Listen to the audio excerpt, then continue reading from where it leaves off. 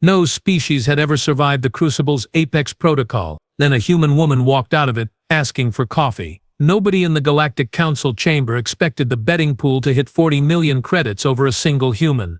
But there we were, watching Broker Vesh's 6 arms frantically update the odds on holographic displays that flickered like dying stars around the amphitheater. Current odds stand at 200 to 1 against survival, Vesh announced, his translator struggling to keep pace with his rapid-fire script dialect. Do I hear any takers for extended survival past the 6-hour mark? Anyone? No, didn't think so. I sat in the observer section, mandibles clicking in what my species considers amusement.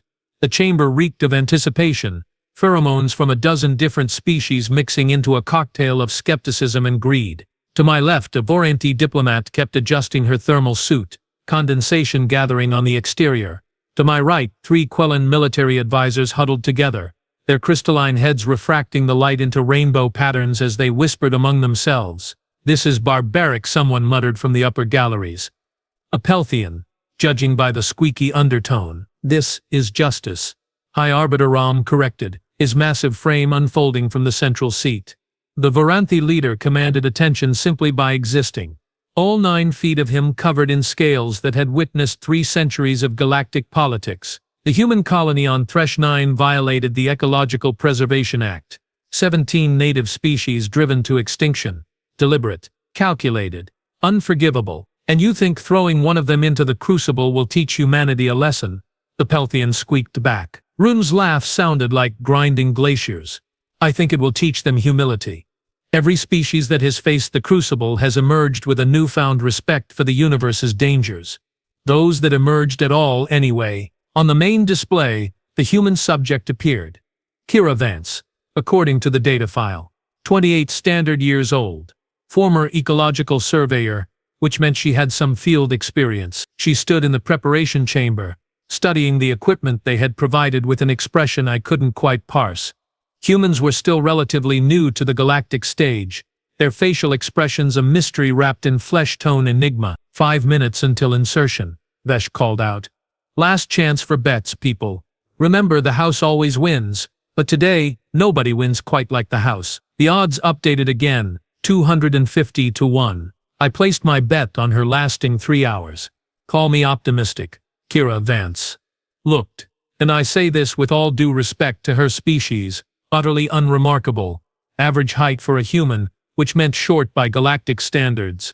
Brown hair pulled back in what their species called a ponytail. Skin tone somewhere between pale and tan, which apparently mattered to humans for reasons the rest of us had stopped trying to understand.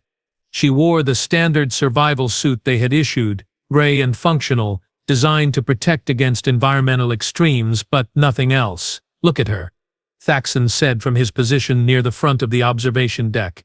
The Quellan commander gestured with one of his 4 arms, light scattering through his translucent form. She moves like prey. Cautious. Afraid. This will be over before the second challenge phase activates, several species murmured agreement. A Voranthi junior officer actually laughed, a sound like rocks tumbling down a mountainside. The display shifted, showing the crucible in all its glory. Or horror, depending on your perspective and whether you were watching from comfortable seating or about to be dropped into it. The arena sprawled across 50 square kilometers of artificially generated nightmares. Zone 1 started simple enough, a rocky desert where temperatures swung from freezing to boiling every 6 hours. Seemed almost pleasant until you noticed the crystalline formations that exploded when exposed to rapid temperature changes. Zone 2 featured a jungle that grew in real time, plants that could strangle a Quellan warrior in under 30 seconds. Zone 3 was where things got interesting. Acidic lakes, carnivorous fog, and gravitational anomalies that could crush bone into powder or send you floating into the energy barriers that marked the arena's perimeter. She is studying the equipment manifest, one of the observers noted. A Heptar scientist, her skin shifting through colors that indicated deep curiosity. Interesting. Most subjects panic at this stage. I zoomed in on Kira's face using my personal display. She was indeed reviewing the gear they had provided. One multi-tool, designed to handle basic repairs and construction. One filtration unit for water. One thermal regulator, good for about 12 hours of protection before needing a recharge. One emergency beacon that wouldn't work because, well, this was supposed to be a trial, not a rescue operation. Standard kit. Bare minimum. Enough to give hope, but not enough to guarantee anything. She keeps looking at the multi-tool. I observed to nobody in particular, probably wondering why we only gave her one. A nearby Skrit gambler chittered. Humans love their tools. Read the species file. They even make tools to make other tools. Adorable, really. 30 seconds to insertion, Vesh announced. The chamber fell silent except for the ambient hum of life support systems and the nervous chittering of species who had placed substantial bets. Kira Vance took a deep breath, squared her shoulders and faced the insertion portal. The odds updated one final time, 300 to 1 against. She stepped through. The insertion portal spat Kira out into Zone 1 at coordinates that placed her directly in the path of the afternoon heat surge.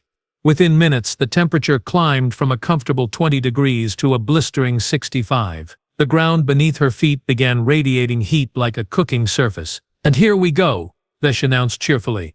"Watch closely, folks. This is usually when the screaming starts." Except Kira did not scream.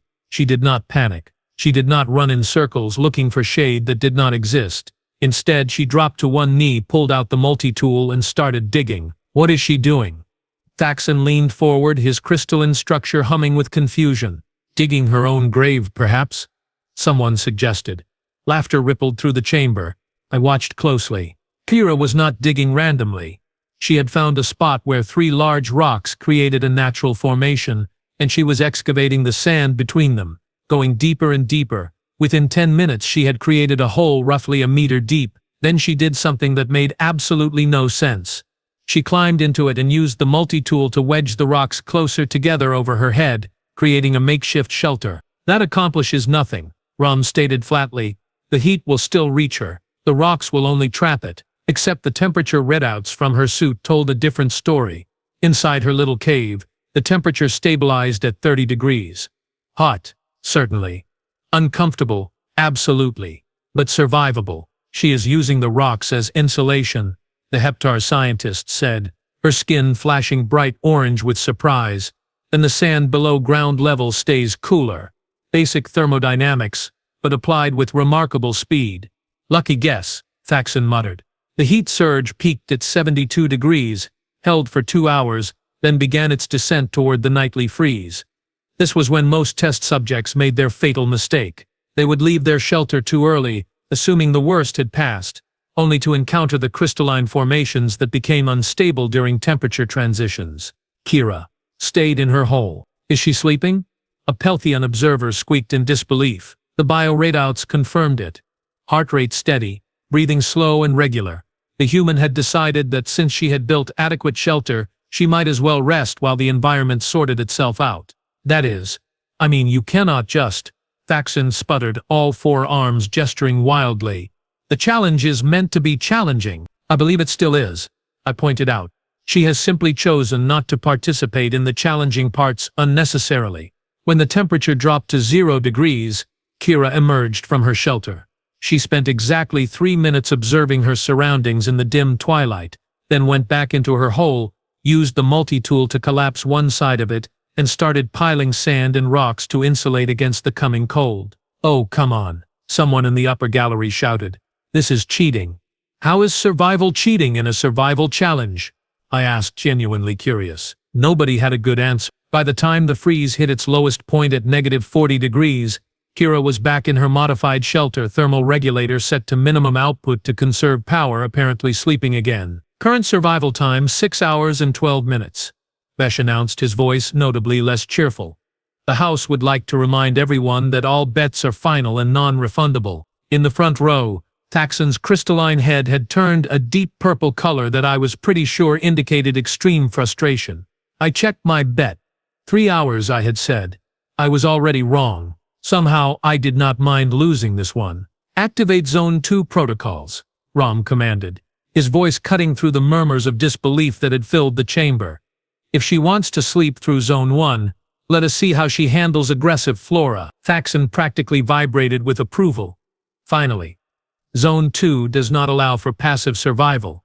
The strangler vines alone will end this." The display shifted to show Kira approaching the transition barrier between zones. She had waited out the full temperature cycle, then spent an hour carefully navigating around the crystalline formations during the stable period. Smart. Caution. Boring to watch, if I was being honest, but effective. She stopped at the barrier, studying the jungle visible on the other side. Even from the observation deck I could see the vegetation moving, writhing, reaching. Zone 2 was a biological nightmare. Plants genetically accelerated to grow at visible rates, programmed with rudimentary predatory instincts. Why did you select her specifically? I asked Thaxon, suddenly curious.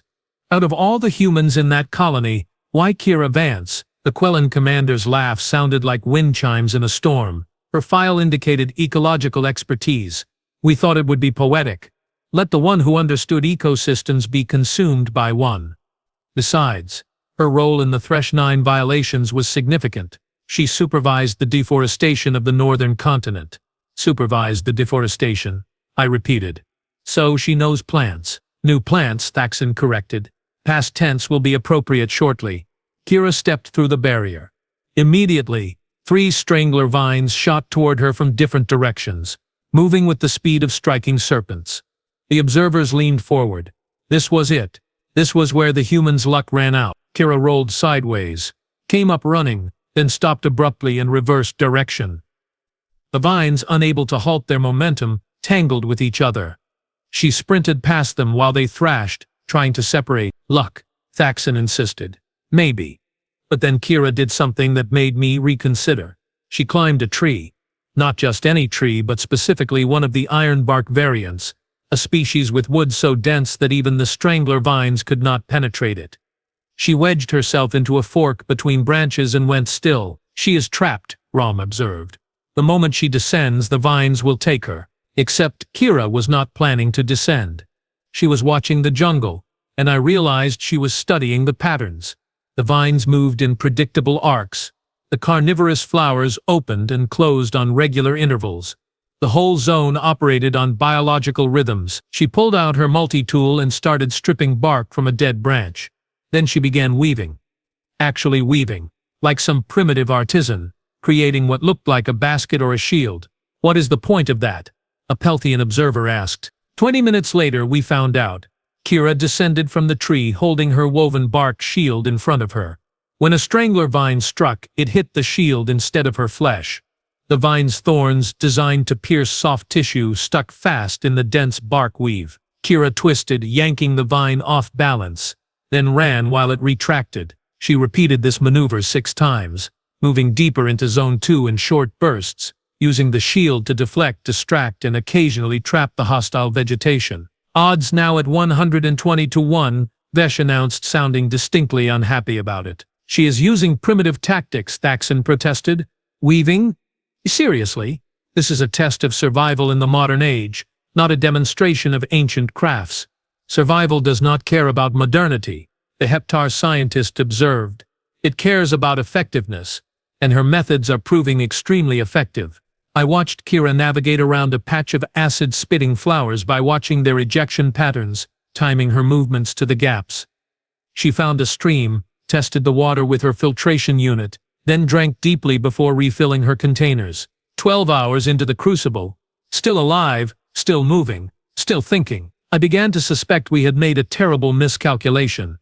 Not about the challenge, about humans. Enough of this, Rom declared, rising from his seat with the finality of a judge pronouncing sentence. Activate the Predator Protocol. All zones. Simultaneous deployment.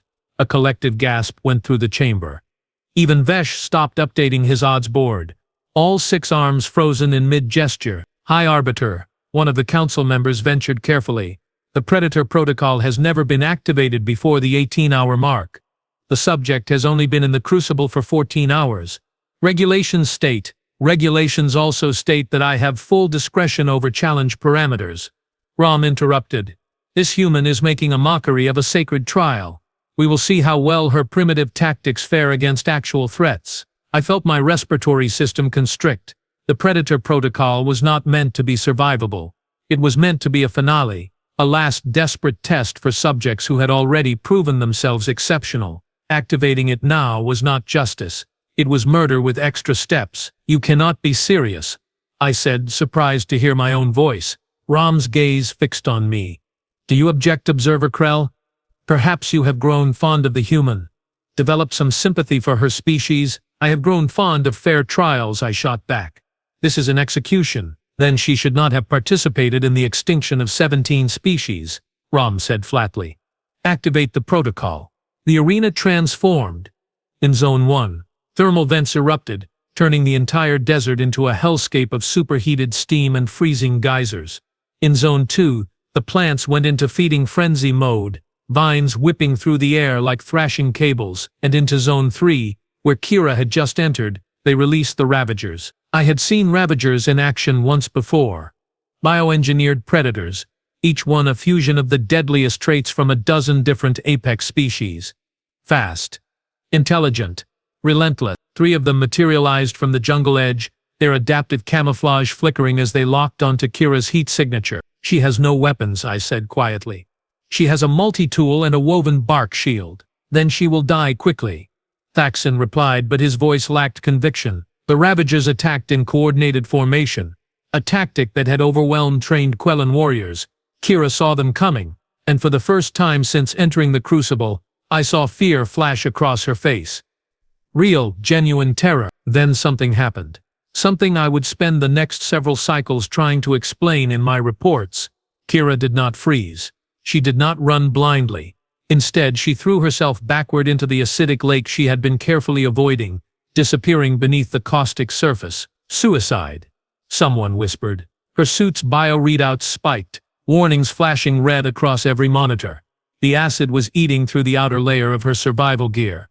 She had maybe 90 seconds before it reached her skin, maybe 3 minutes before it killed her. The Ravagers circled the lake's edge, confused. Their programming did not account for prey that chose certain death over being caught. 60 seconds. Kira's oxygen levels dropping, the acid compromising her suit's integrity at an alarming rate. 45 seconds. The Ravagers began to lose interest, their attention spans short by design.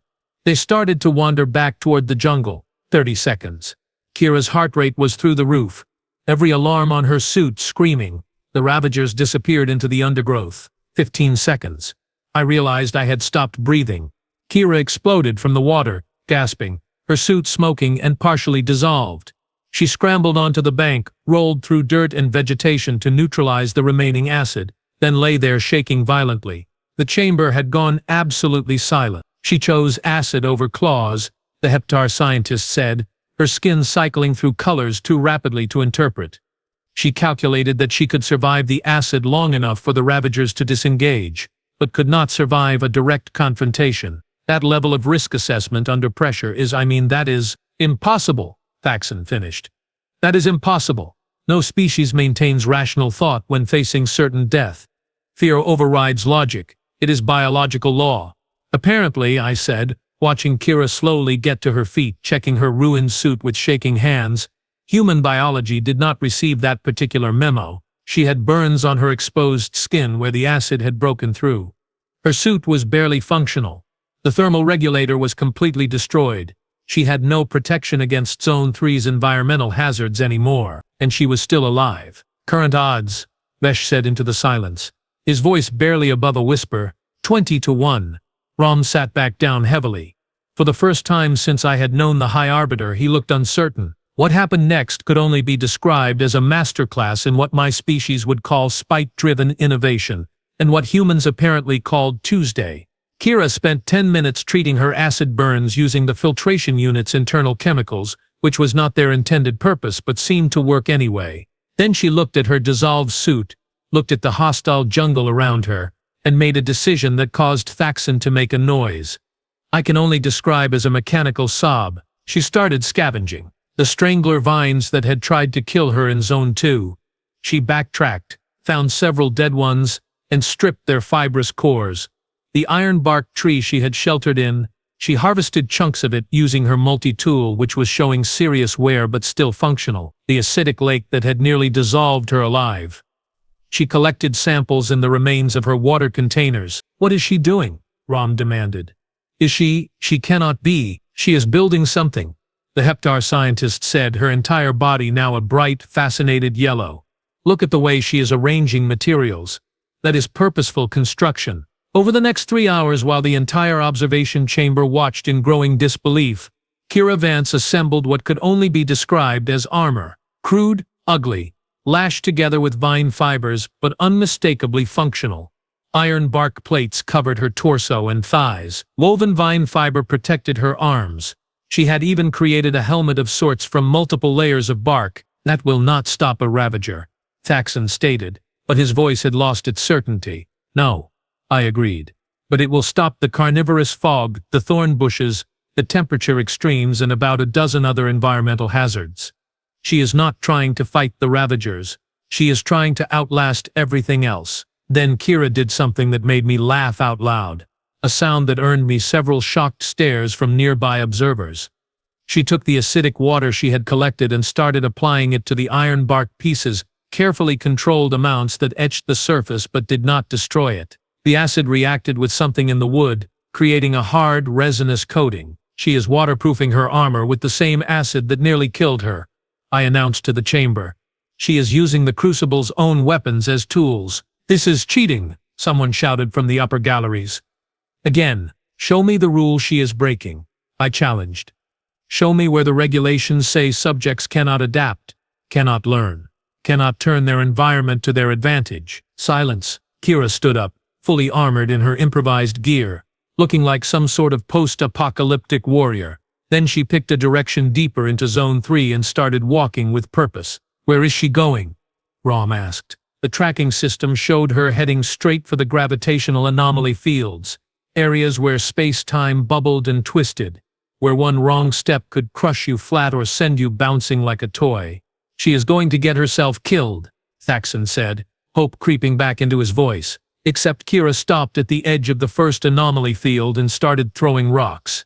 Small ones at first, watching how the gravity wells caught and manipulated them, then larger ones. She was mapping the field, using basic physics and observation. Then she stepped into it. My respiratory system seized again. This was it. This was where her luck ran out. Kira moved through the gravity wells like she was dancing, stepping into low-gravity zones to leap over obstacles, using high-gravity zones to change direction rapidly. At one point, a Ravager burst from the undergrowth behind her. She immediately jumped into a high-gravity well that would have crushed most species. The Ravager followed and was instantly flattened into paste. Kira emerged on the other side, gravity well neutralizing most of the impact on her armored form, winded but alive. "Current odds," Vesh whispered, 5-1. "The house is losing money. The house is actually losing money." I looked at my initial bet. 3 hours, I had predicted. We were now at 22 hours. I had never been happier to lose credits in my entire life. "Release the Apex," Rom commanded, his voice hollow. He had gone from righteous authority to desperate gambler, and everyone in the chamber knew it. "High Arbiter, the Apex has never been deployed with a subject still active," a council member protested weakly. "It violates 12 different safety protocols. There are no safety protocols in the Crucible," Rom snapped. "That is the entire point. Release it." The Apex was not a creature. It was a system. Every hazard, every predator, every environmental nightmare in all 3 zones operating at maximum lethality simultaneously. Temperature extremes, gravity fluctuations, acid fog, strangler vines, and the remaining 2 Ravagers, now actively hunting with enhanced aggression protocols. It was designed to provide a dramatic conclusion to the challenge, a final 30-minute spectacle where subjects either reached the extraction point or died trying. The extraction point sat at the center of Zone 3, marked by a shimmering beacon tower. Kira saw the beacon activate. She was currently 4 kilometers away, standing in a clearing, breathing hard. Her improvised armor was scorched, torn, and barely holding together. Her multi-tool had finally broken, the handle snapped clean off. She had been in the Crucible for 28 hours. "She cannot make it," Thaxon said, but he sounded like he was trying to convince himself. 4 kilometers through the Apex protocol, impossible. Kira looked around at the chaos erupting throughout the zones, looked at her destroyed equipment, looked at the beacon. Then she smiled. Actually smiled. "Oh no," I said. "She has a plan." "There is no plan that works here," Rom insisted. Kira proved him wrong in the most spectacular way possible. She ran directly toward the nearest gravity anomaly, the massive one we had all been assuming she was avoiding. The one that could launch objects with ballistic force if you hit it at the right angle. She would not, the Heptar scientist breathed. She absolutely would. Kira sprinted into the anomaly's edge, angled her body, and let the gravitational forces catch her. She went airborne, launched like a projectile across 2 kilometers of hostile terrain. She sailed over acid pools, over carnivorous fog, over strangler vine nests. The first Ravager leaped to intercept her trajectory. Could not reach her. She was too high. The second Ravager positioned itself at her projected landing point. Except Kira was not landing there. She twisted in mid-air, caught another gravity well's edge, and changed direction entirely. Basic orbital mechanics applied to survival. She came down hard in a low-gravity zone 300 meters from the beacon, rolled through the landing, and started running. Her armor was shedding pieces with each step. The temperature had spiked to dangerous levels. Acid fog rolled in from 3 directions. 200 meters. The observation chamber had erupted into chaos. Species were shouting in a dozen different languages. Vesh's betting board had crashed entirely. Unable to process the sudden flood of changing wagers. 100 meters. Both Ravagers converged on her position. She was not going to make it. The math did not work. They were too fast. 50 meters. Kira ripped off a piece of her burning armor and threw it sideways. The Ravagers, programmed to respond to heat signatures, split their attention for exactly 2 seconds. She crossed the threshold and slammed her hand against the beacon. The crucible went silent. All hazards deactivating simultaneously. The timer read 29 hours 43 minutes, 18 seconds. Kira Vance collapsed to her knees, smoking, bleeding, and absolutely, impossibly alive. Nobody in the chamber spoke. Nobody seemed capable of it. The medical team reached Kira within 90 seconds of the beacon activation, which was apparently 85 seconds longer than she wanted to wait. She waved them off initially, insisting she could walk to the extraction shuttle herself, which was objectively untrue given that she collapsed again after 3 steps. The observation chamber remained frozen in what I can only describe as collective shock. Rom sat motionless in his seat, his massive form hunched forward. Thaxon had gone completely transparent, his crystalline structure vibrating at a frequency that suggested internal crisis. Vesh had abandoned his betting station entirely and was curled in a corner, all 6 arms wrapped around himself. Medical report, Rom finally said, his voice barely audible. The lead physician, a Torvali, with 4 eyes that let her see in multiple spectrums, consulted her data pad. 2nd-degree acid burns covering 18% of her body. Severe dehydration. Muscle strain in both legs. 3 cracked ribs. Mild radiation exposure, hypothermia and heat exhaustion, somehow simultaneously. Malnutrition. And she is asking if we have any coffee. Coffee? Rom repeated. A human stimulant beverage. Apparently she is tired. The physician's tail twitched with something between amusement and disbelief. She will make a full recovery within 2 standard weeks. 3 if she does not rest, which seems likely given her personality profile. The Heptar scientist stood up, her skin now a deep contemplative blue. High Arbiter, I believe we need to discuss the implications of what we have just witnessed. There are no implications, Rom said, but his conviction had evaporated. She survived.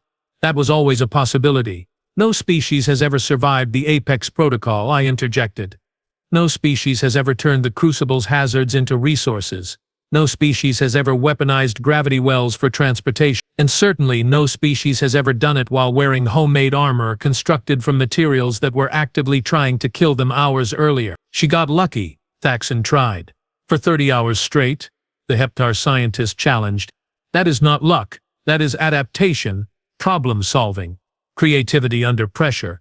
We designed the Crucible to break spirits, to humble the arrogant, to teach respect for forces beyond our control. She treated it like a challenging camping trip. A very challenging camping trip, I amended, watching the medical feeds show Kira arguing with the physicians about whether she really needed to stay overnight for observation. She was losing the argument but seemed determined to make her objections known. Rom stood slowly, moving like someone who had aged a century in a single day. What are you suggesting? The Heptar scientist's skin flashed bright red, the color of important declarations. I am suggesting that we severely underestimated humanity. We saw them as reckless, destructive, primitive. We saw the damage on Thresh 9 and assumed incompetence combined with malice. But what if it was not incompetence? What if humans are simply so adaptable, so relentlessly focused on survival and expansion, that they reshape environments without even realizing the consequences? That does not excuse 17 extinct species, Rom countered. No, I agreed. It does not excuse it, but it does explain it. And more importantly, it suggests that punishment and humiliation are not effective teaching tools for humans.